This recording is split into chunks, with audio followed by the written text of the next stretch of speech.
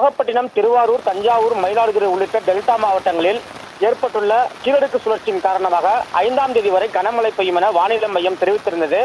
இந்த நிலையில் நாகப்பட்டினம் மாவட்டத்தில் கடந்த சில நாட்களாக பனிப்பொழிவு குறைந்து கடுமையான வெப்பம் நிலை வந்த நிலையில் நேற்று இரவு மாவட்டத்தின் பல்வேறு பகுதியில் கனமழை கொண்டிருக்கிறது. இந்த நிலையில் அதிகாலை முதல் விட்டிருந்த நிலையில் தற்போது மீண்டும் மாவட்டத்தின் பல்வேறு பகுதியில் கனமழை வெளுத்து வாங்கி வருகிறது. குறிப்பாக நாகை, கீழ்வலூர், காக்கரணை, திருமருகல், நாகூர், வேளாங்கண்ணி, கீழையூர், திருக்குவளை, வலிவலம், அணக்குடி, தேவூர், பட்டமங்கலம், தேவூர், நீலப்பாடி, குறுக்கத்தி, ஆலியூர், சிக்கல் உள்ளிட்ட மாவட்டத்தின் அநேக பகுதியும் தற்போது கனமழை கொட்டி தீர்த்து வருகிறது.